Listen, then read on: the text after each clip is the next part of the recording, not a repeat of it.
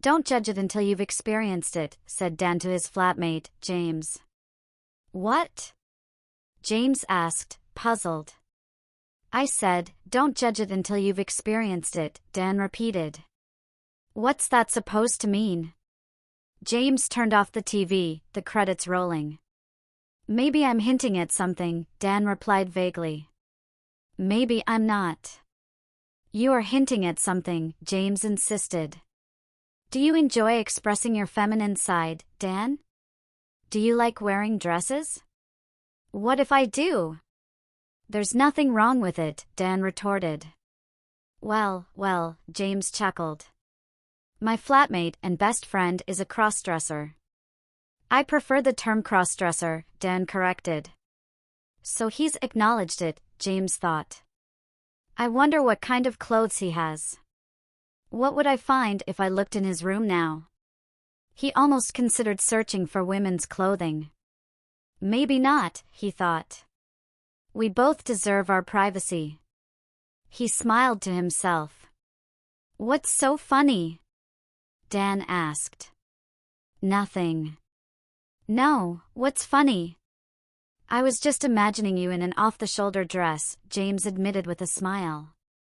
And why is that amusing? Dan's tone sharpened. He was starting to regret opening up to his friend, something he'd been meaning to do for months. A few beers and a TV show had loosened his tongue tonight unexpectedly. James realized he had crossed a line. Anyway, Dan continued, you don't have to imagine. I'll dress up for you tomorrow night. Look, you don't have to. James began, trying to defuse the situation. No, James. You're curious to see, aren't you? I'll show you, Dan asserted, his tone turning assertive. James attempted once more to defuse the tension. Look, Dan, I didn't mean to upset you. Let's just drop it, okay? No, James, it's not okay. I can't just let it go like you can. I've promised to dress up for you, and I will. I have a half day tomorrow. You'll be back from work around 7.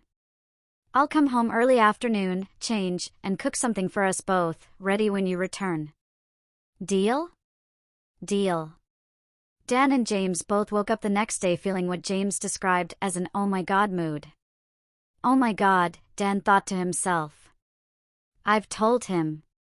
And now I've promised to dress up this evening. He hadn't actually arranged a half day at work, he had just planned to finish his calls early if he woke up early enough. Sometimes he did this so he could spend the afternoon dressed alone in the flat. However, he had never dressed in front of anyone else before, and he had a lot to prepare. He left the flat before James woke up. Oh my god, James thought. My best friend Dan is a crossdresser. I've known him for 5 years and never suspected anything. Personally, I'd rather not know. Is he gay? He's had plenty of girlfriends. What about Kristen? She's away at university in Bristol and only visits on weekends. Does she know about this? And now he's going to dress up for me tonight. What will he wear? Jeans? Trousers? Highly unlikely. There's no point in dressing as a girl and wearing trousers. He'll wear a skirt. Or maybe a dress. The crossdressers in that show all wore skirts or dresses. Mostly short ones. Would Dan wear a mini? What will his legs look like? What shoes will he choose? High heels. Will he wear makeup? Perfume? A wig? Jewelry? James sat at his desk in the office, trying to focus on his work, but his mind kept wandering back to what Dan had told him, wondering about the evening ahead and what Dan would wear. What about underwear? He'll have to wear a bra, obviously, to give himself a feminine shape. But what about a lacy camisole, a slip, panties? Will Dan wear panties? Maybe lacy ones. James didn't need to worry about that. Dan was already dressed in jade green French knickers and a matching camisole underneath his male attire, of course. Nobody could tell what he was wearing, but it made him feel good too. Concentrating was difficult, his thoughts were constantly on the afternoon and evening ahead. What should he wear? He had already ruled out his two favorite outfits. One was a French maid's uniform, a black dress with a white lace trim, a white apron and cap, black fishnet stockings, and stilettos. It wouldn't give the right impression. The other was a schoolgirl's uniform, a white blouse, school tie, short pleated skirt, white ankle socks, and black Mary Jane shoes. Dan liked to braid his hair and tie it with ribbons. He didn't think it would give the right impression either. Driving to another client, he had plenty of time to think about his plans for later in the day. He would have to wear a skirt or maybe a dress. Not too short, he didn't want his friend to think he was trying too hard. Not too long either, he didn't want to appear frumpy. What about that black dress, he thought. No, it's much too short. What about the black skirt? It's about 2 or 3 inches above the knee. It goes well with plain or black tights. Tights? What about stockings? They're much more feminine. I have a black seamed pair somewhere. Wait a moment. Will my suspenders be visible? What will James think if he sees I'm wearing stockings? No, I'll stick with tights. I'd like to wear a petticoat. They feel so nice as they brush against my legs. A hint of lace can be both sexy and feminine without being too revealing. That's settled, Dan murmured to himself on the way to his final appointment. The black skirt, white blouse, that means I'll need a white bra, matching panties, the lacy white waist slip, tights, and what about shoes? The black stilettos? Could I manage them all evening? They're not the most comfortable. What will James think if I wear them? Oh, what the heck? I like them, it's got to be the stilettos. What about my hair? The blonde wig? It's nice, but it makes me look like a stereotype. The long brown one? What about the shoulder-length bob? Dark brown and very attractive. The long one will make me too warm. Let's go with the bob.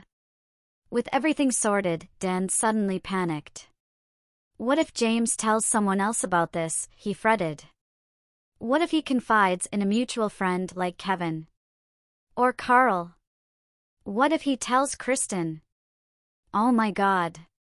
He pulled out his phone and dialed James's number. James was still at his desk. Hello. Hi, James, it's Dan. You haven't forgotten our plans for tonight, have you? No, James replied. You're not backing out, are you? Although I wouldn't blame you if you did. No, I'm not backing out. I've committed to it, okay? I just wanted to remind you not to come home early. I need to be ready before you arrive. Sure, Dan, said James. I'll be back at 7. I won't use my key. I'll ring the doorbell 3 times so you know it's me, ring ring ring. Okay? And James. Yeah? You haven't mentioned this to anyone else, have you? Of course not. I won't breathe a word to anyone. Thanks, mate. Bye. Bye. And I promise to keep it confidential. Dan folded his phone and returned it to his pocket. What am I thinking? Dan pondered as he finished his rounds, eager to wrap them up quickly. I can wear any color of the rainbow, and I choose something dull and black. Black is for funerals, or for men. I should be more adventurous. What else can I wear? His mind sifted through every item in his wardrobe. What image did he want to convey? He decided on something feminine, fun, and fashionable. He wanted to be vibrant, lively, and the center of attention. Then he considered what he didn't want to portray. He decided against being overly masculine, boring, or mundane. He also didn't want to come off as too flashy or scantily clad. Dan eventually settled on a pink skirt with a cream and red floral pattern, feminine. It was knee-length but snug, so when he crossed his legs, it rode up his thighs slightly, attention-grabbing. He paired it with tights, white high heels, and an assortment of jewelry, anklet, bracelets, necklace, rings, and earrings. He opted for a pale blue top that exposed a hint of midriff, fashionable. The top was fitted enough to show the bra line beneath. Exciting? Emblazoned across the top was the word girl. A touch of makeup, a spritz of perfume, bright red nails, and the blonde wig. Why not embrace a bimbo look? What's wrong with that? And he'd be ready. Leaving his last customer, Dan could feel the anticipation coursing through him. He struggled to insert the key into the ignition, driving like a madman to return home swiftly. Once there, he locked the front door behind him and began his transformation. It was 2:30 p.m. First, he indulged in a long, hot bubble bath to cleanse the day's grime, shaving his legs, body, and armpits to achieve a smooth finish. Afterward, he slipped into his dressing gown while gathering his gaff, panties, bra, and tights. He then shaved his face with a fresh razor blade and meticulously painted his fingernails and toenails bright red, as promised. He was still trembling with nerves, reminding himself to calm down and take his time. Removing the dressing gown, he donned his lingerie. Sitting on the bed, he carefully slid into his tights, ensuring they didn't snag. Standing before the mirror, he admired how flattering they made his legs look. But would stockings be better? He pondered. Dan was tempted. He located a pair of white suspenders and stockings. Seated again, he peeled off the tights and cautiously slipped on the stockings, easing them up his thighs. Rising once more, he fastened the suspender belt around his waist, straightening it meticulously. He carefully threaded each of the 4 straps through his panties, attaching them to the tops of the stockings. Surveying himself in the mirror, he nodded approvingly. That's perfect, he thought. Though already feeling excited, he tried to suppress the sensations. Next, he gathered all the necessities, his makeup array atop the chest of drawers, lacking a makeup table, perfume, and a limited selection of jewelry, decisions to be made regarding an anklet, bracelets, a necklace, rings, and earrings. He had settled on the blonde wig but retrieved all 3 from the drawer, just in case, placing them on the bed. Dan then opened his wardrobe. Concealed at the back were his feminine garments. Maintaining 2 separate wardrobes, one male, one female, wasn't cheap. Dan felt a twinge of guilt for spending money on skirts and dresses when he really needed a new suit for work. He scrutinized each outfit, imagining how he would appear in it, recalling when he had last worn it and the emotions it had evoked: the schoolgirl uniform, skirt, blouse, and tie, worn for an entire evening a few months prior while James was away at a conference. It paired well with white ankle socks and Mary Jane's, complemented by the long, dark wig in plaits and ribbons. It had felt liberating. There was also the cheerleader's costume, recently acquired through mail order, a favorite with its short pleated skirt, white socks, stretchy top, and pom-poms, though not suitable for tonight. 2 short dresses caught his eye, perfect for a night out, but too brief for James's visit. A pity, thought Dan. He loved the sensation of wearing them. Then there was the French maid's uniform, black dress, white lace trim, lacy apron, and cap. It looked and felt splendid with black fishnets and stilettos. Glancing at the clock, 3:45, he panicked at the hour and a quarter already elapsed without being dressed. There wouldn't be enough time to wear it. Hold on. Dan hesitated. I can't cook dinner in the outfit I'll wear for James, he reasoned. And I need to iron it and clean up. What better attire than the maid's uniform? If I keep these stockings on, I'll save time. Within moments, he was clad in the maid's dress, apron, blonde wig, cap, stilettos, and a touch of makeup. He planned to shave and apply makeup again before James's return. Wow, he thought, peering into the mirror. You look stunning. Retrieving the girl top and pink skirt, he fetched the iron and ironing board. For 15 minutes, the maid meticulously pressed the clothes and tidied up, bending carefully to avoid exposing his panties or suspenders, though no one was around to see them. He felt euphoric in his favorite ensemble. The bra was restrictive and snug, the suspenders uncomfortable, and the shoes awkward, yet they all contributed to his sense of elation. Finally, he prepared dinner, a moussaka that could stay in the oven until James's arrival, allowing him time for final touches, including his makeup. The meal was prepared. Dan glanced at his watch. It was 6 o'clock, still an hour to spare, yet he trembled like a leaf. He visited the bathroom for the third time in 10 minutes, then located the vodka bottle in the cupboard. Pouring himself a generous drink with Red Bull and ice, he felt a wave of relief. He set the table and completed the salad. Satisfied that everything in the kitchen was perfect, he returned to his bedroom. It was a pity to remove the maid's outfit. Slipping into his dressing gown, Dan headed to the bathroom. He removed his makeup and shaved once more. Back in the bedroom, he donned the girl top and pink skirt, then slipped into the high heels and jewelry. Brushing the wig until satisfied with its appearance, he began applying makeup, reminding himself not to overdo it. Not too much, he kept repeating. You don't want to overdo it. Thinking he had done a decent job, Dan sprayed perfume on his neck and a dab on each arm. His watch showed 6:47.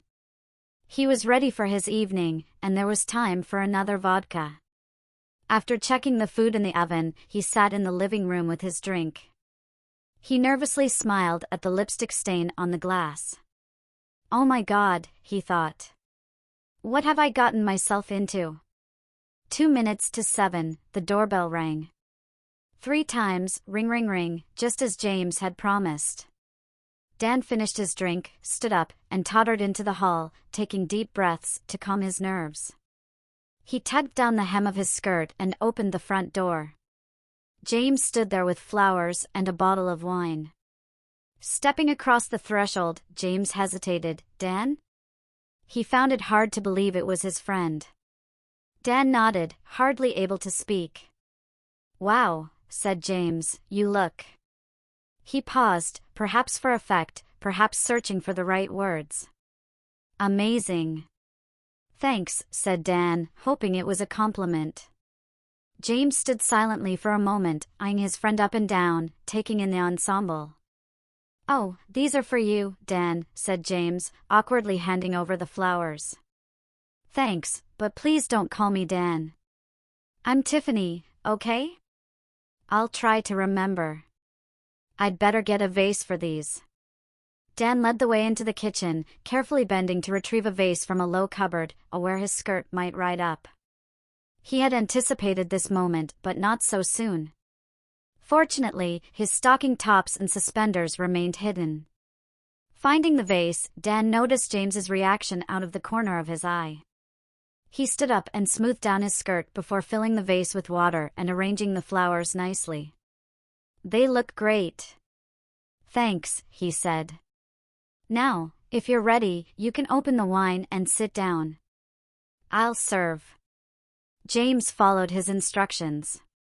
This meant he couldn't see Dan's legs as he sat opposite. Neither had much appetite, and neither spoke during dinner. James refrained from probing the obvious topic, fearing it might be intrusive, and he didn't divert to another subject to avoid the matter either. Eventually, after finishing, or at least eating what he could manage, curiosity got the better of James. Can I ask you some personal questions? Of course. If they're too personal, I don't have to answer them. Dan, said James, correcting himself, sorry, Tiffany. How long have you been, wearing skirts? Dan replied. Yeah, James nodded. I don't know. Since I was about 14, I think. And how often do you do it? It depends on the opportunity. Living here with you, I don't get much time alone. Maybe a couple of times a month, Dan said honestly. Have you ever been out dressed as a girl? God, no. You're the first person to meet Tiffany. Really? Yes. so nobody else knows. What about Kristen? Asked James. I hope she has no inkling at all. Do you want to have the operation? Cut it off? Oh no, said Dan, horrified. I don't want to be a woman, just dress like one occasionally. I'm a normal red-blooded male. I'm not gay. I fancy girls, but sometimes I like putting on makeup, a dress, nylons, and high heels. So why do you do it? James's curiosity was growing. I wish I could explain. Why did I first go into my mum's bedroom and try on one of her skirts? It makes me feel good, Dan replied. Can't you stick to Valium? James asked, smiling. Or vodka? No, it makes me feel really good, exhilarated, elated, euphoric. I'm floating on cloud 9. It's better than any drug. And then there's the excitement. The fear of being caught makes my heart pump faster and faster. The pleasure intensifies. I can't describe it, James. The only way to find out is to try it. Well, perhaps not, said James tentatively. Coffee? Asked Dan, searching for an opportunity to change the subject away from his personal preferences. He stood up and walked over to the kettle. Yes, please, said James. So it turns you on? He asked, returning to the original topic. Dan turned to James as he filled the kettle and gave a guilty nod. Sexually? Dan nodded guiltily again. He hadn't expected such an interrogation. He didn't need to say anything at all, but James was his friend. They'd known each other for years. There was a strong bond between them. He wanted and needed James's support. Do you fantasize about making love to a woman dressed as Tiffany? James continued. Dan nodded again. What about Tiffany sleeping with a guy? James inquired further. No way, Dan replied. The kettle boiled. He stood up again to make the coffee. 2 sugars? He knew it was 2 sugars. They'd lived in the same flat for 2 years. James ignored the question and continued his own line of questioning. You say Tiffany's never been out. Do you want to go out as Tiffany? Dan nodded again. In the right circumstances, he said enigmatically. What are those circumstances? It was clear that this question had occupied Dan's thoughts extensively. Well, I'd need a chaperone, someone to look after me, buy me drinks, and keep me away from leering males. I'd only go somewhere that is TV-friendly, perhaps a TV club where I'd blend in and it wouldn't matter if I was red. Red? James asked, seeking clarification. Read. Recognized as a guy. If there were other crossdressers there, I might pick up tips from them about clothes, makeup, movements, you know. You're asking a lot of questions, James. You seem uncomfortable. Are you uncomfortable with me in a skirt? Would you prefer it if I changed back to Dan? You can wear whatever you damn well like. I don't mind what you wear. If you want to wear skirts all the time, go ahead. I won't object. Go around the flat dressed as a St. Trinian's girl if you want, James reassured him. Dan smiled. How did you know I've got a St. Trinian's uniform? He teased. Have you? James asked, uncertain if Dan was joking. Dan blushed and nodded affirmatively. I went online today at work, said James. I found out a lot about crossdressers. There are thousands of them out there. Yes. Tiffany's one of them, Dan admitted. Really? I must look for her. Well, they all seem to like dressing in short skirts, school uniforms, cheerleader outfits, and French maids' uniforms. Dan blushed even more. You've gone beetroot red, Tiffany, said James. Are you telling me that you have a school uniform, a cheerleader outfit, and a French maid's uniform?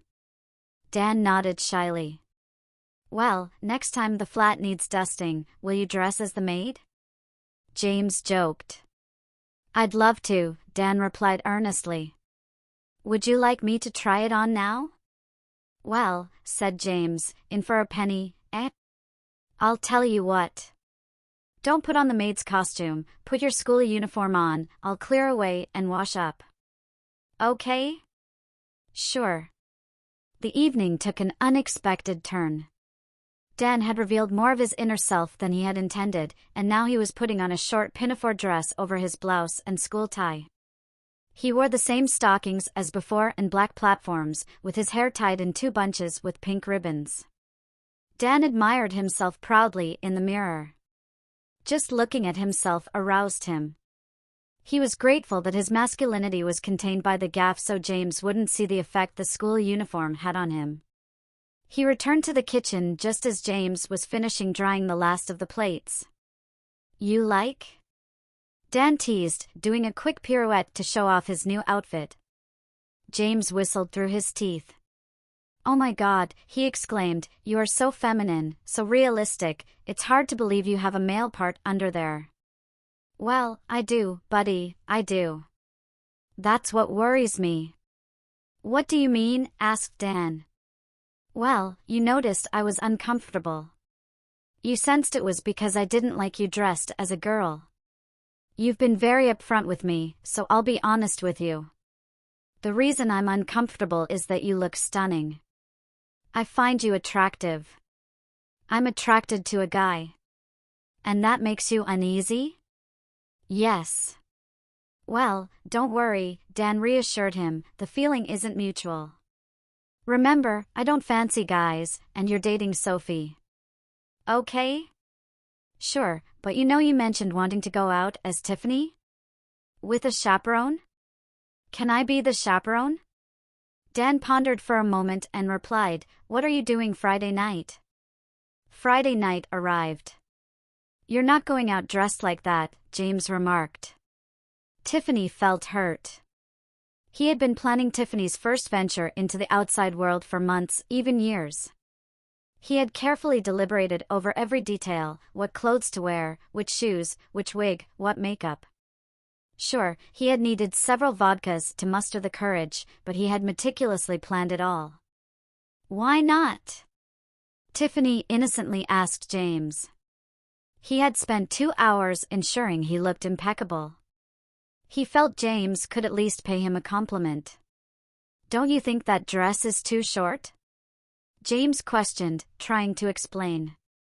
Too short? Of course it's too short.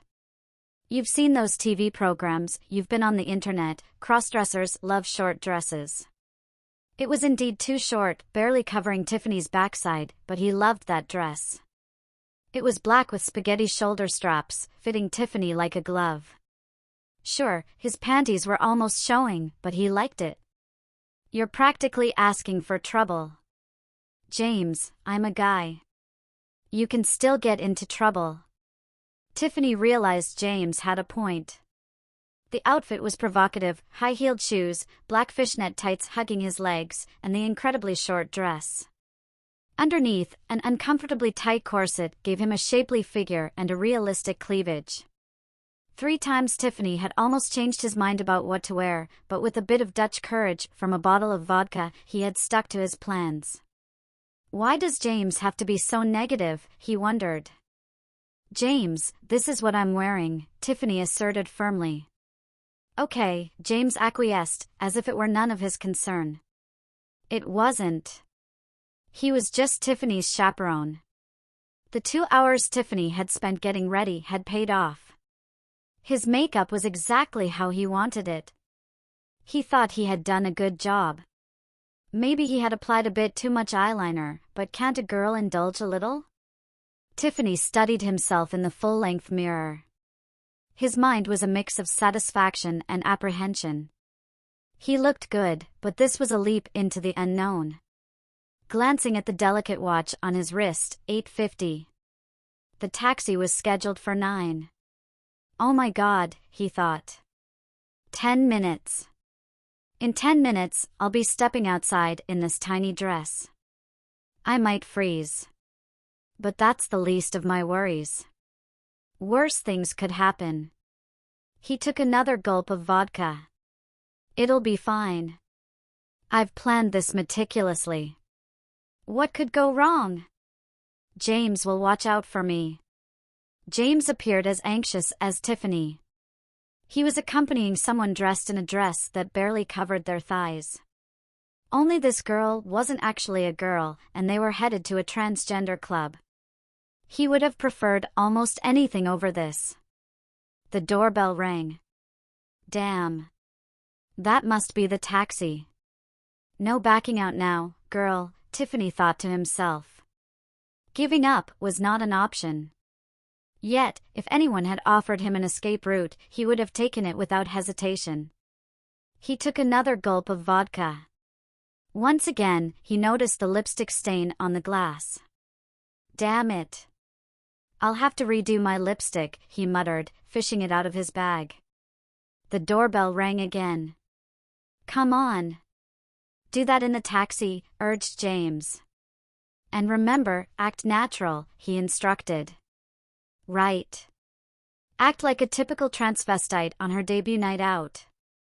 How does one act normal in this situation? Tiffany pondered. James answered the door. Taxi for you, sir? Yes, my, girlfriend is just about ready. Right, darling? James called out conspicuously to his friend. Yes, Tiffany managed to mumble in his best feminine voice as he appeared in the hallway. The taxi driver eyed his legs. Let's go then, James said. The taxi driver turned and headed downstairs. James and Tiffany followed closely behind, Tiffany at James's side. James held the front door open for his flatmate. Ladies first, he joked, emphasizing the word ladies. Tiffany smiled at his attempt at humor, realizing James was as jittery as he was. Tiffany stepped out into the chilly air first. It was freezing. An icy wind enveloped his legs. The fishnet stockings offered little protection, and the cold seemed to seep through to his panties. His entire body felt chilled. The distance to the taxi was only 10 steps, but it felt like 10 steps too many. Despite Tiffany's attempt to move swiftly in his heels, James rushed ahead and opened the rear door of the cab. This was Tiffany's first time getting into a car, and he forgot all protocol. He slipped one foot in, causing his dress to ride up and giving James a full view of his underwear. It was too late to do anything but quickly climb in and chalk it up to experience. In the cab, Tiffany hastily touched up his lipstick. Before long, they arrived in the city center and pulled up outside the club. James paid the cab fare, got out, and hurried around to the other side to open Tiffany's door. Tiffany was more careful getting out than getting in, but he still couldn't prevent his dress from riding up. He was starting to regret wearing it. Adjusting the hem of his dress, Tiffany headed for the club's entrance. Look confident, James advised. Head up. Smile. The pair walked past the bouncers, paid the entrance fee, and descended the stairs into the basement. As they entered the club, the noise and haze of smoke hit them. It was dimly lit except for a brightly lit bar at the far end. James and Tiffany made their way over to the bar. To the right was a dance floor where a few people were dancing. On the left were several tables where 3 groups appeared to be enjoying themselves, laughing, chatting, and drinking. A pint of lager and a large vodka Red Bull, please, James ordered from the bartender. Tiffany tried to discern whether the person serving them in a short black dress was truly a man. James paid, and they settled on 2 bar stools. From there, they had a good view of the club's activities. James perched on a stool, sipping his pint. Tiffany found it challenging to sit on the stool without his dress riding up again. Eventually, he found a position, half standing, half leaning against the stool, that he deemed appropriate. The music pumped loudly but not so overpowering that it drowned out conversation. They scanned the scene, taking in their surroundings. Initially, the patrons seemed predominantly female, but Tiffany suspected many were like him. Among the groups, there were a few men and a handful of genetic girls. After about 10 minutes, two striking trans women rose from their seats and made their way to the bar. Both were remarkably attractive. One, a black woman, wore a shimmering silver crop top paired with matching hot pants and silver platform boots, sporting a platinum blonde wig that framed her slim, dark figure exquisitely. Her friend, a white woman with shoulder-length dark hair, donned a long black dress that nearly reached her ankles. "Hey," greeted Adriana to Tiffany. "I'm Adriana, and this is Paige. Are you new here?" Tiffany nodded, feeling a bit anxious. "Yes," he admitted. "I'm Tiffany, and this is James. It's our first time here." James and Paige exchanged greetings. "There's always a fantastic vibe here," Adriana remarked. "Hey, do you guys want to dance?" This wasn't exactly how Tiffany had envisioned the evening unfolding, but why not? Adriana was stunning. He agreed, and Adriana led him onto the dance floor, with Paige and James following close behind. "Thank you for taking me, darling," Tiffany said, boldly planting a kiss on James's cheek, leaving a vivid red mark. They were comfortably settled in the back of a taxi, heading home after their night out. "Did you enjoy it?" "It was all right, though I felt a bit out of place seeing most of the guys there in dresses," James replied. "Out of place?" "I saw you dancing close to Paige. I wonder what Sophie would think if she found out her boyfriend was slow dancing with a trans woman." "For God's sake, don't you dare tell her," James said, sounding alarmed. "And what would Kristen say if she knew you were kissing Adriana?" "I thought we were discreet and you hadn't seen us." "I hadn't, but Paige mentioned Holly saw you outside the ladies," James said with a smile. Tiffany grinned, recalling the enchanting Adriana. "Well, she was so captivating, I couldn't resist." "I know. I envy you. Did you get her phone number?" Tiffany smiled again. "Wouldn't you like to know?" "I loved her outfit." "So did I," Tiffany admitted. "I almost asked her if she'd let me borrow it." James chuckled. "Would you like to go back there sometime?" Tiffany asked. "Maybe, but..." "But what?" "Well, you girls looked like you were having so much fun, and I felt a bit left out. Remember how you suggested I try crossdressing, and I declined? If we go again, I'd like to, go as a girl." Tiffany let out a delighted shriek and kissed James again, this time on the lips. "That would be a blast," he said. "When can we practice?" "How about tomorrow?" "Well, maybe if you can borrow Adriana's outfit." "You've shaved your body all over?" Tiffany inquired. "Yes," James confirmed. "Come on out then, and we'll get you dressed." "Do you have the outfit?" James asked. "Yes, Adriana brought it over an hour ago. I've got the silver crop top, hot pants, platform boots, and platinum wig." "You're going to look stunning," Tiffany replied. "And are you wearing the maid's uniform?" "Of course, madam." James unlocked the bathroom door, wearing a robe over his underwear. He entered Tiffany's bedroom, where everything was laid out to help transform him. Tiffany was already looking flawless in the black uniform with white trim, apron, and cap. "Wow," James exclaimed, "you look amazing. And you will too in a few moments, madam. Now, what can I call you?" "I can't call you James." "How about Eleanor?" "Okay, that's fine by me." Tiffany assisted Eleanor in patting out her bra with tissues. Then came the tights, followed by the hot pants and crop top, which fit perfectly. The boots weren't an ideal fit, but they were passable. Next was the wig, which instantly transformed James into Eleanor. Makeup, jewelry, and perfume completed the ensemble. Eleanor studied herself in the mirror, amazed at how attractive she looked. Tiffany smiled upon seeing her creation.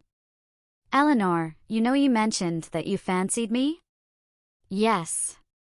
"Do you still?" "Yes." "Why?" "Because I fancy you." Their lips met in a passionate kiss. They explored each other's bodies, Tiffany feeling Eleanor's bare midriff, Eleanor admiring Tiffany's dress. "Won't you come to bed with me?" Tiffany asked. "You're irresistible in that outfit. There's no way you're giving it back to Adriana." Eleanor smiled. "It would suit you too. Maybe tomorrow I can be the maid and you can wear it." "Sure," Tiffany agreed. "Now, let's go to bed."